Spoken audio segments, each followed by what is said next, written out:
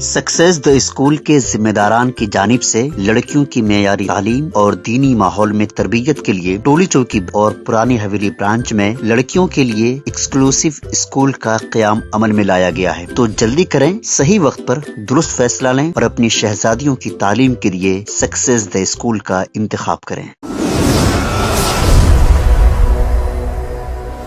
सच news के खबरनामे में आप सबका इस्तकबाल है। आज की सबसे बड़ी इंटरनेशनल खबर बांग्लादेश से आ रही है, जहां पर बांग्लादेशी एमपी के कत्ल के मामले में पुलिस का खुलासा हुआ है। हनी ट्रैप में फंसाकर उनका कत्ल किया गया था। बांग्लादेश के सांसद अनवारुल अजीम अनार की कलकत्ता में हुए कत्ल के बाद पुलिस ने कई खुलासे किए हैं। इस कत्ल के पीछे एक बड़ी साजिश बताई जा रही है। शुरुआती जाँच से पता चला है कि सांसद हनी ट्रैप में फंस गए थे। इसके बाद अनवारुल अजीम की प्लानिंग के तहत उनका कत्ल कर दिया गया था। पश्चिम बंगाल CID ने सांसद अनवारुल अजीम के कत्ल के मामले में एक इलीगल बांग्लादेशी जिहाद हवलदार को गिरफ्तार किया है, जहां जिहाद हवलदार ने सांसद के कत्ल और डेड बॉडी को टुकड़े टुकड़े करने में अब गुनाह कबूल कर लिया है। वहीं इस कत्ले में बांग्लादेश की एक औरत भी गिरफ्तार की गई है। इस महिला का नाम शिलास्ती रहमान है। पुलिस शिलास्ती रहमान की भूमिका की जांच कर रही है। पुलिस का मानना है कि वो सांसद अनवारुल अजीम के हत्यारों में से एक हैं और इसी ने बांग्लादेश के सांसद को हनी ट्रैप में फंसाकर उसका कत्ल कर दिया था। सांसद अनवारुल अजीम अनार जिस अपार्टमेंट में थे, उसकी CCTV फुटेज में सांसद अनार को एक औरत के साथ फ्लैट में अंदर घुसते हुए देखा गया था। पुलिस ने जुमे को 24 मई की सुबह कलकत्ता से जिहाद हवलदार को गिरफ्तार किया है, जहां उसने कई खुलासे किए हैं। हवलदार ने पुलिस को कम से कम 4 और बांग्लादेशी नागरिकों के बारे में बताया जो इस कत्ल में शामिल हैं।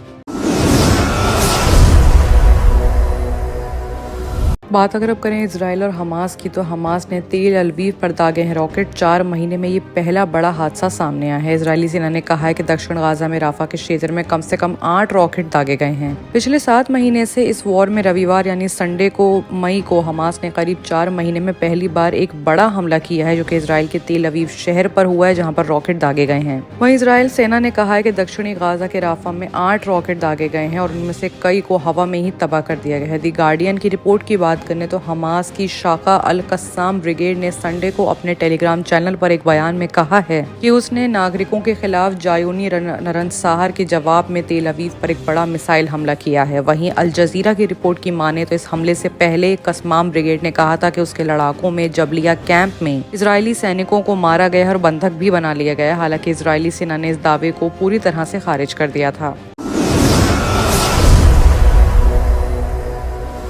बात अगर अब करें पाकिस्तान की, तो पाकिस्तान के खैबर पख्तूनवा में IED ब्लास्ट में 4 सैनिकों की मौत हो गई, वहीं 3 लोग घायल हैं। पाकिस्तान के उत्तर पश्चिमी क्षेत्र में IED ब्लास्ट में 4 पाकिस्तानी सैनिक जान से मारे गए हैं। पुलिस ने सैटरडे को इसकी इत्तला दी है। यह हादसा जुमे रात को शाम हुआ है, जब सुरक्षा बल देश के खैबर पख्तूनवा के सार बंगला और तार खनान इलाके में अपनी गश्त कर रहे थे। पुलिस ने बताया कि घायलों को तुरंत अस्पताल ले जाया गया है और भर्ती करवा लिया गया है। ऐसे में सुरक्षा बलों की टीम हादसे पर पहुंची और पूरे इलाके की घेराबंदी कर दी है। ब्लास्ट में शामिल फरार अपराधियों को पकड़ने के लिए तलाशी अभियान शुरू कर दिया गया है। पुलिस ने बताया है कि मारे गए सैनिकों की पहचान जुबैर, एजाज, फैसल और आसिफ के रूप में हुई है, जबकि घायल सैनिकों की पहचान कादिर, नजीब और रहमान के रूप में हुई है। अभी तक किसी समूह ने ब्लास्ट की जिम्मेदारी नहीं ली है।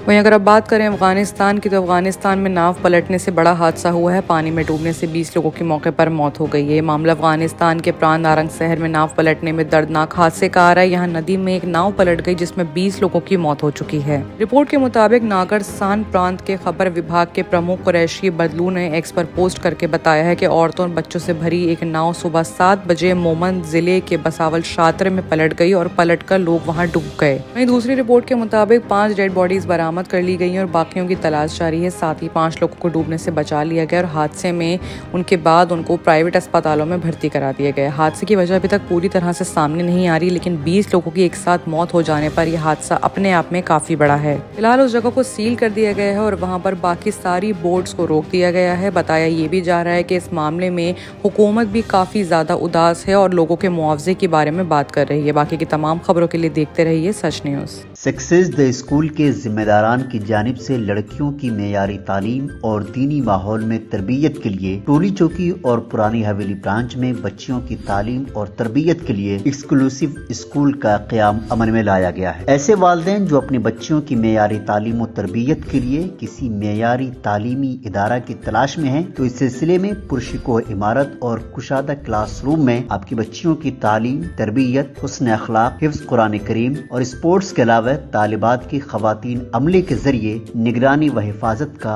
इत्मीनान बख्श माहौल है। तो जल्दी करें, सही वक्त पर दुरुस्त फैसला करें और सक्सेस डे स्कूल का इंतखाब करें।